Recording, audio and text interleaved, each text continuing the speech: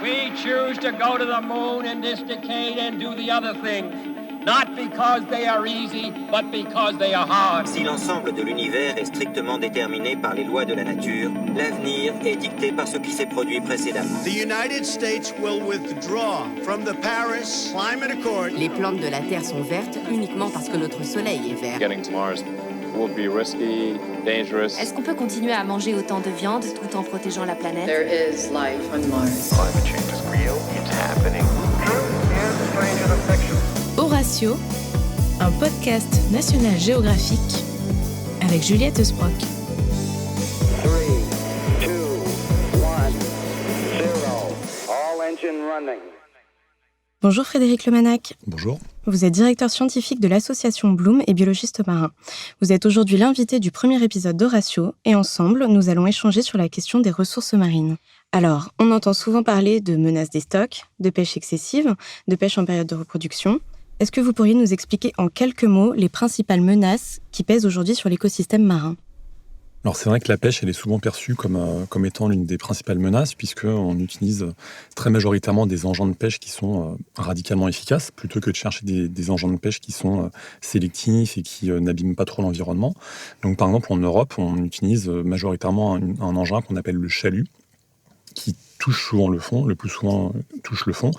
Et en fait, cet engin-là est traîné le long du fond de l'océan et capture d'énormes quantités d'espèces de poissons ou de coraux ou d'éponges ou d'invertébrés qui ne sont pas ciblés et qui sont donc rejetés à la mer morts ou qui sont simplement détruits sur le fond de l'océan.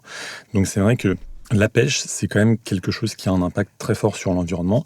Bien sûr, après, il y a aussi d'autres impacts comme les pollutions, que ce soit les pollutions plastiques, les pollutions sonores.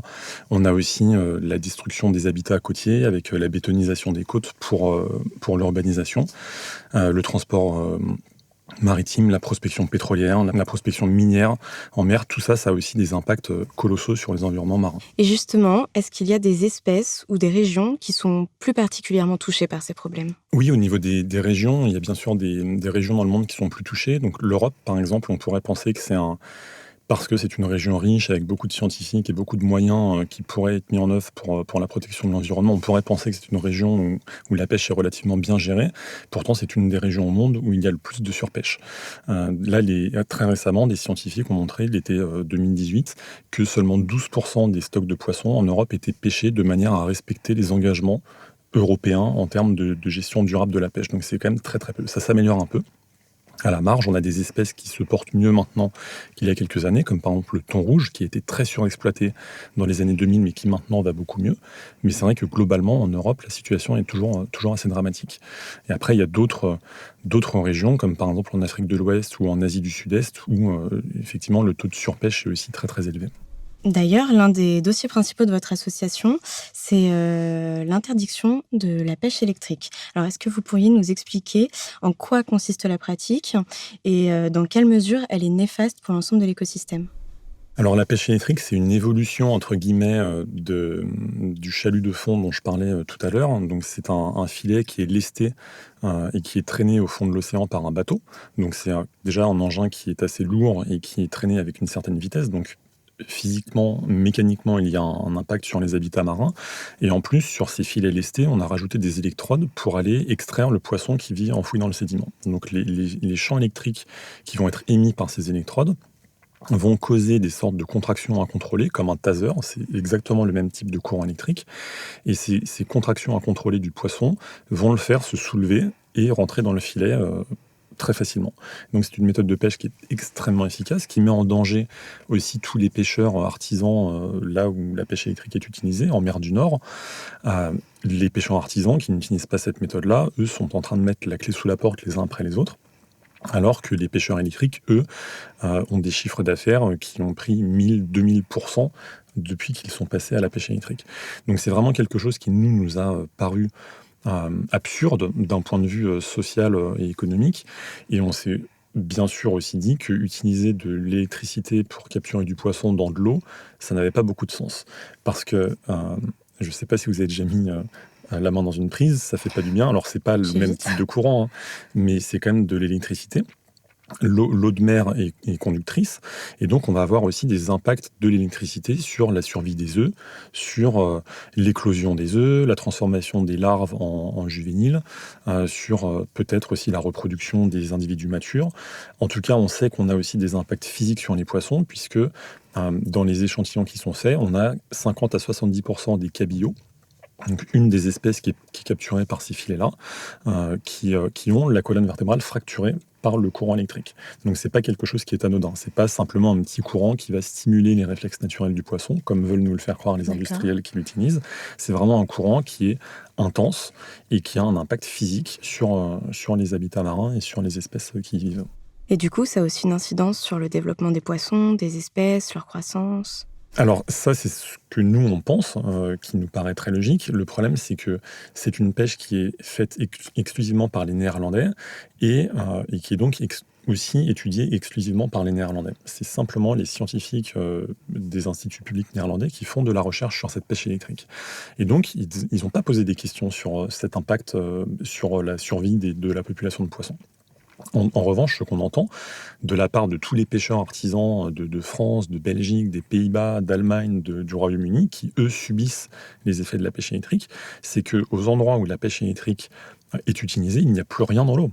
Il n'y a même plus de verre dans le sédiment pour nourrir les poissons. Donc c'est vraiment la politique de la mer brûlée, avec des méthodes de pêche ultra efficaces pour le bénéfice de quelques industriels et au détriment de l'intérêt général et de la quasi-intégralité des pêcheurs artisans européens.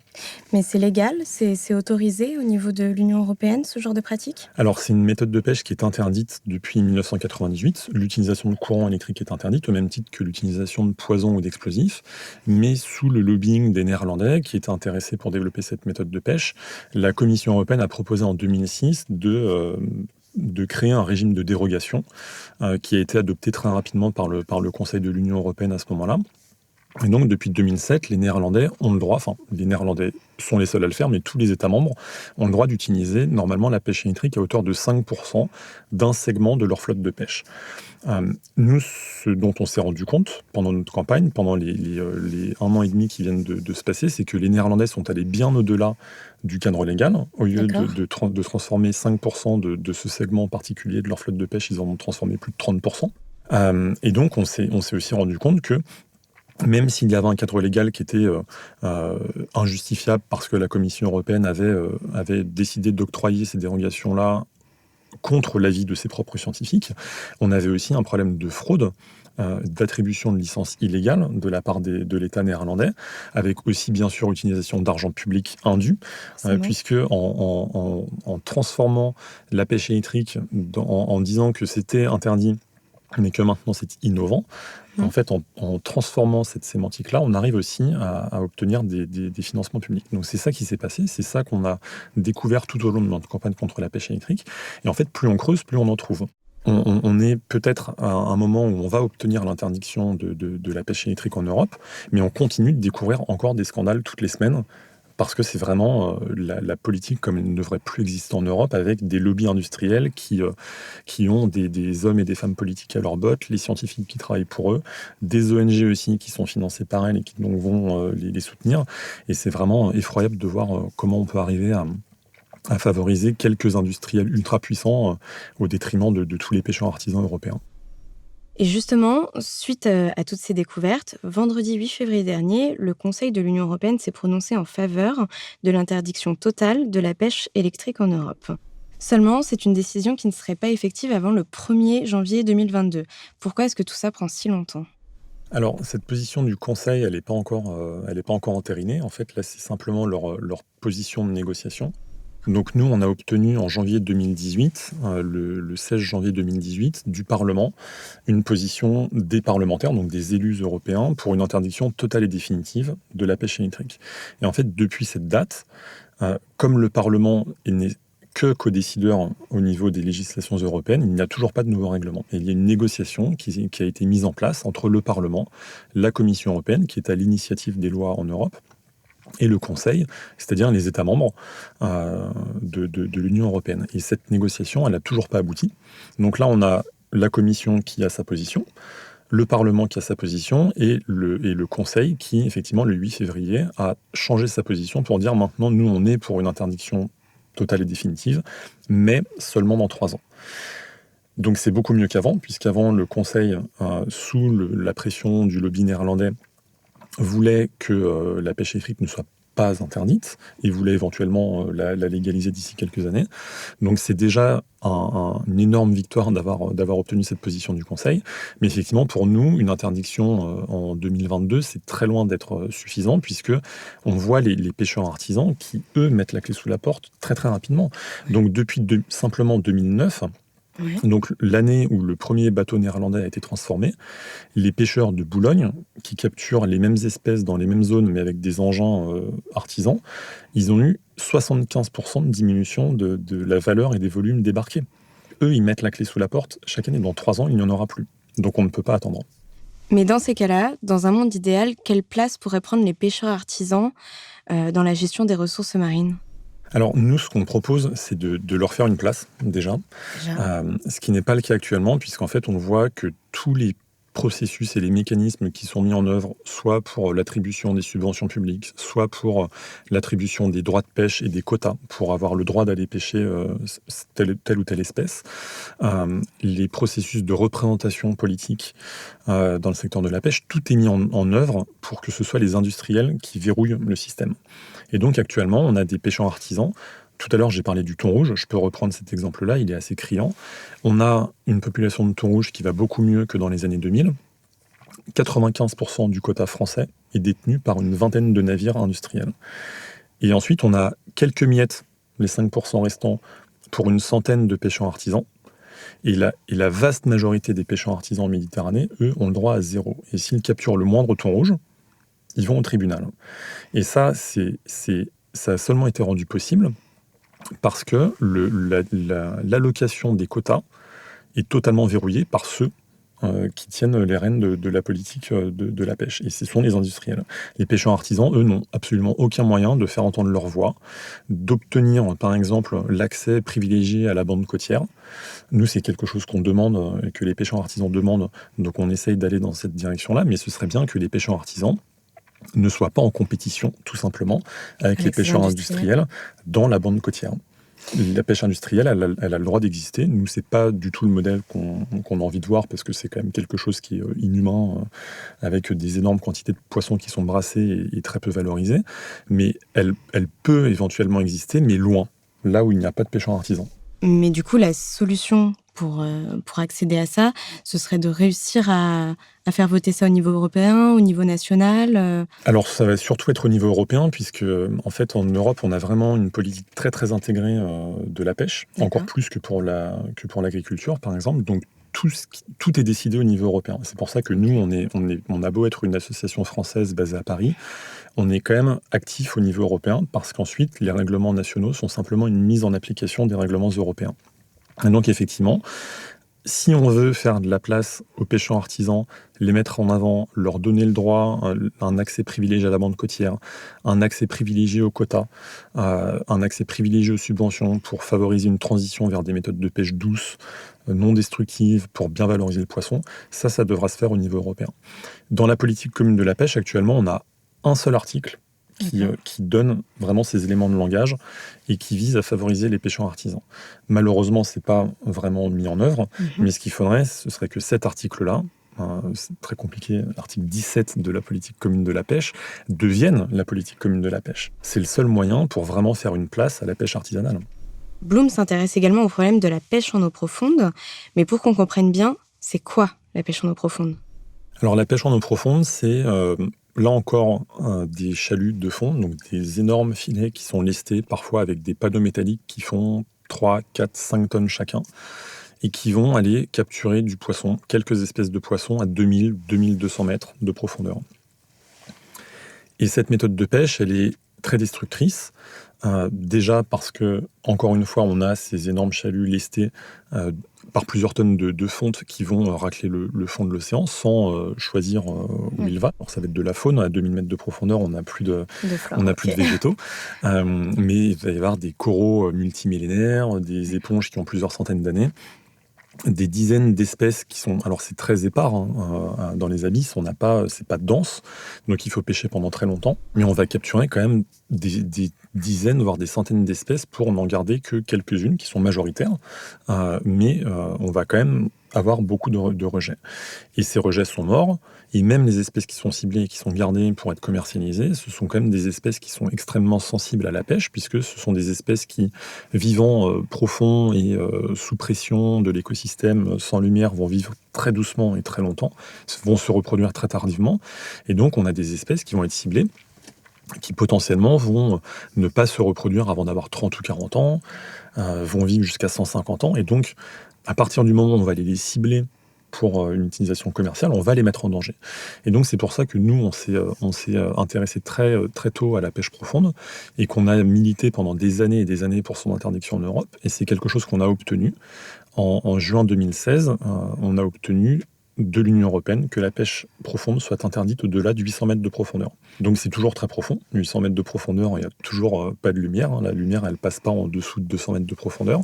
On a toujours des espèces qui vivent très longtemps et qui sont très sensibles, mais c'est quand même beaucoup mieux que avant, puisque avant les chalutiers descendaient jusqu'à 2000 ou 2200 mètres de profondeur. Donc ça, c'est un règlement qui est entré en vigueur en janvier 2017. Donc D'accord. en Europe, il n'y a plus de pêche profonde au-delà de 800 mètres de profondeur. Et l'Europe est un cas isolé pour le fait que ce soit interdit maintenant au-delà de 800 mètres de profondeur. C'est un cas isolé ou dans les autres régions du monde, ça se pratique? Parce que je suppose qu'on a aussi beaucoup de poissons qui sont pas forcément qu'importés d'Europe, dans ce qu'on consomme tous les jours. Du coup, est-ce que possiblement, dans des régions avec lesquelles on est en accord commercial pour les imports-exports, on se retrouve avec des poissons qui sont, eux, encore aujourd'hui pêchés à plus de 800 mètres de profondeur? Bien sûr, et c'est pour ça qu'on souhaite aussi utiliser cette victoire au niveau européen et pour la porter au niveau international, puisque là, sur le cadre de la pêche profonde, l'Europe fait plutôt partie des bons élèves. Il y a peu d'endroits au monde où la pêche profonde est interdite, ou en tout cas à cette échelle-là. Mais effectivement, en Europe, 75% des poissons qui sont consommés ne viennent pas d'Europe. Donc on va avoir, par exemple, de l'empereur qui vient de Nouvelle-Zélande. C'est un poisson qui vit très profond et qui est très sensible à la surpêche. C'est un poisson qu'on va pouvoir malheureusement retrouver sur les étals des poissonniers français parce qu'il va être importé de Nouvelle-Zélande. Au Japon aussi, le Japon est un très très grand pays pêcheur en eau profonde, et donc potentiellement on va pouvoir retrouver des poissons profonds sur les étals français parce qu'ils ont été importés du Japon. Alors chez Bloom, contrairement à toutes ces pratiques, vous parlez beaucoup et vous préconisez ce qu'on appelle la pêche durable. Concrètement, c'est quoi la pêche durable et quels résultats est-ce qu'on peut en attendre ? Alors c'est un mot qui est un peu compliqué parce qu'il est malheureusement galvaudé aussi par certains labels qui vendent de la pêche durable mais qui certifient les pires méthodes de pêche au monde. Donc c'est toujours compliqué pour nous de réutiliser ce mot-là qui a quand même été totalement réapproprié par les industriels. Mais si on devait définir la pêche durable, en fait ce serait une pêche où l'impact sur l'habitat est limité au maximum. On aura toujours un impact, même un casier ou une ligne peut avoir un impact sur les habitats, mais en tout cas, c'est bien moindre qu'un chalut de fond. Donc, c'est déjà limiter au maximum l'impact sur les habitats marins, limiter les captures qui ne sont pas valorisées, et du coup, avoir zéro rejet, quasiment, et valoriser tout ce qui est pêché. Donc, le jour où on arrivera à remonter très très peu de ce qui ne nous intéresse pas, et de quand même valoriser ce qui ne nous intéresse pas, là, on aura de la pêche durable. On en est encore très très loin. D'accord, mais ça, du coup, ça passe par la pêche à la ligne des pêcheurs artisans, je suppose. Ça passe, du coup, par une révision des quotas, par exemple, du thon rouge. Exactement, donc ça passe par tous les problèmes qu'on a soulevés depuis tout à l'heure, c'est-à-dire les problèmes de compétition entre les pêcheurs artisans et les pêcheurs industriels, les problèmes d'allocation des quotas, d'allocation des subventions publiques, de représentation politique du secteur artisan. Nous, on pousse pour que les pêcheurs artisans prennent une place prépondérante dans les captures de poissons au niveau européen. Parce que pour nous, les pêcheurs artisans, c'est pas parfait, hein, c'est pas noir et blanc, mais les pêcheurs artisans sont quand même le meilleur espoir pour une pêche durable. Parce qu'ils pêchent peu de poissons, du poisson qui est très bien valorisé. Ils utilisent en général des méthodes de pêche qui sont douces pour l'environnement, donc ils ne vont pas aller détruire l'environnement puisqu'ils en dépendent chaque jour pour survivre. Donc pour nous, c'est sûr qu'on va faire la promotion d'une pêche qui va utiliser des lignes, des filets, des casiers, de la pêche à pied, à main, en plongée, parce que ce sont des méthodes qui sont extrêmement douces pour l'environnement et qui permettent aussi de très très bien valoriser le poisson. Donc l'artisan qui pêche avec ces méthodes de pêche-là vit beaucoup mieux qu'un pêcheur qui va aller détruire l'environnement ou avoir du poisson qui est très très peu valorisable. Mais au niveau européen, il existe déjà des accords de partenariat sur la pêche durable. Alors, ces accords concernent les stocks dits excédentaires, c'est-à-dire qu'ils ne menaceraient pas la santé de la faune et des espèces. Pourquoi ne pas vous satisfaire de ces accords ? Alors ces accords, c'est pas pour la pêche européenne en Europe, c'est des accords qui sont établis entre l'Union européenne et des pays tiers, notamment en Afrique, et quelques-uns aussi en Océanie. Et donc on ne peut pas se satisfaire de ces accords pour plusieurs raisons.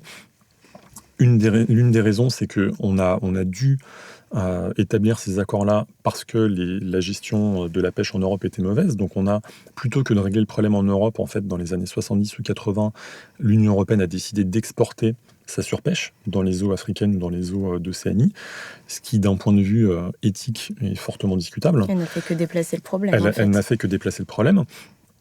Et avec ces accords de pêche, on a vu, là encore, comme pour la pêche électrique aux Pays-Bas, qui était interdite puis qui est devenue innovante, on a eu un glissement sémantique aussi sur les accords de pêche, qui sont passés d'accords de pêche à accords de pêche durables, à accords de pêche durables et équitables. Mais en fait, dans les faits, ils n'ont pas vraiment changé depuis les années 80. Alors, il y a quelques clauses qui sont peut-être un peu plus bénéfiques maintenant pour les pays africains qu'en 1980. Mais globalement, c'est encore des bateaux industriels européens qui vont pêcher du poisson dans les eaux des pays d'Afrique pour quelques centaines de milliers d'euros ou quelques millions d'euros par an. Il y a très peu de valeur ajoutée créée localement. Très peu d'observateurs ou d'inspecteurs à bord. Donc, en fait, on commence à se rendre compte que malgré les termes de durable et d'équitable, il y a quand même des pratiques de pêche à bord de ces bateaux qui sont fortement douteuses. Il y a eu un cache investigation début février sur la question et c'est pas vraiment ce que nous on appelle de la pêche durable ou équitable, quoi. Il y a des requins qui sont capturés, qui sont laissés mourants sur le pont pendant que le poisson est trié. Des quantités colossales de juvéniles qui sont capturés. Ça, c'est ce que l'Union européenne appelle des accords de pêche durables et équitables. Pour nous, c'est pas le cas. Et d'ailleurs, je vais revenir sur quelque chose que vous évoquiez tout à l'heure, qui sont les labels. Quel est le problème aujourd'hui avec les labels qu'on a en France quand on achète son poisson ? Est-ce qu'on peut se fier au label dit durable lorsqu'on achète son poisson en grande surface ? Pour nous, on peut pas se fier à ces labels, que ce soit pour la pêche durable ou l'agriculture ou la forêt. En fait, à partir du moment où un mot valise comme durable, équitable, responsable est utilisé, ça veut dire que derrière, on a un cahier des charges qui fait 500 pages et que tout est interprétable. Donc pour nous, c'est malheureusement pas une garantie. On y a cru pendant très longtemps, on les a soutenus pendant très longtemps et maintenant on se rend compte qu'en fait, ça devient plutôt une barrière à la transformation du secteur de la pêche plutôt qu'autre chose. Parce que si on regarde le domaine de la pêche, qui est celui qui nous intéresse, le chalutage profond, il est certifié durable. La réduction de poissons en farine et en huile pour nourrir des porcs ou des poulets, c'est certifié durable. Capturer des thons juvéniles sous les dispositifs de concentration de poissons dont on vient de parler avec des tortues, des requins, c'est certifié durable. Mais certifié durable sur quelle base ? En fait, on a deux problèmes. Le premier problème, c'est que le cahier des charges, déjà, n'est pas assez contraignant. Il faudrait déjà que dans ces cahiers des charges, il y ait des méthodes de pêche qui soient interdites. Pêcher au chalut profond, ça ne peut pas être durable. Ça a été démontré par des dizaines de scientifiques, ça ne peut pas être durable. Donc ça doit être exclu. Et ensuite, on a déjà ce problème de standards qui ne sont pas assez contraignants. Et ensuite, on a des conflits d'intérêts dans la manière dont le label est octroyé, puisque ce sont les pêcheurs qui veulent être certifiés, qui vont choisir et rémunérer un cabinet d'études qui va décider de leur attribuer le label ou non. Et donc, on a une incitation financière qui est colossale pour le certificateur de certifier ceux qui vont les choisir et les payer. Et ce cahier des charges, à la base, il est défini par qui, pardon ? Alors, il a été défini ça dépend. En fait, si on prend par exemple le label MSC, qui est le plus commun, on le trouve n'importe où. Enfin, vous allez en grande surface, vous trouvez le label MSC, vous prenez l'avion, vous avez du poisson MSC, vous allez dans des magasins de bricolage qui font aussi des boulettes de poisson, vous avez du label MSC. Vous en avez absolument partout. C'est un label qui certifie actuellement à peu près 14% des captures mondiales chaque année. Et en fait, ce label-là, il a été créé dans les années 90, à la fin des années 90, par le WWF et par Unilever. Unilever, c'est une des plus grosses multinationales du secteur agroalimentaire. Ça donne déjà une indication sur les ambitions du label. Mais le cahier des charges a aussi été défini au départ par tout un tas de parties prenantes, des scientifiques, des industriels, des ONG. Mais le problème, c'est qu'il n'a pas évolué. La pêche, elle a évolué depuis 1997. D'accord. On a vu qu'aujourd'hui, vous vous étiez beaucoup battu contre la pêche en eau profonde, vous vous battiez encore beaucoup pour bannir la pêche électrique. Dans les années à venir, quels vont être les défis suivants de Bloom ?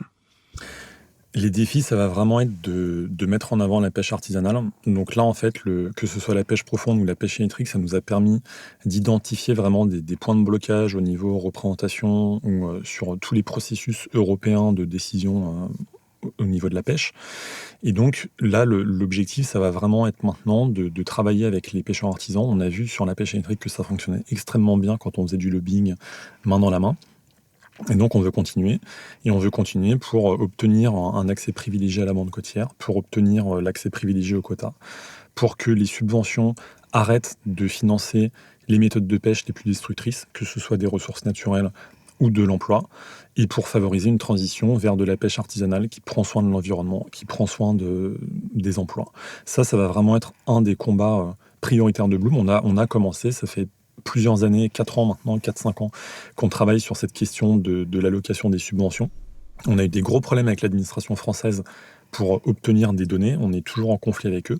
On a d'ailleurs porté plainte au tribunal administratif pour excès de pouvoir de l'État français il y a quelques semaines, parce que l'administration française refuse de nous transmettre les données sur qui a récupéré quelle subvention pour faire quoi.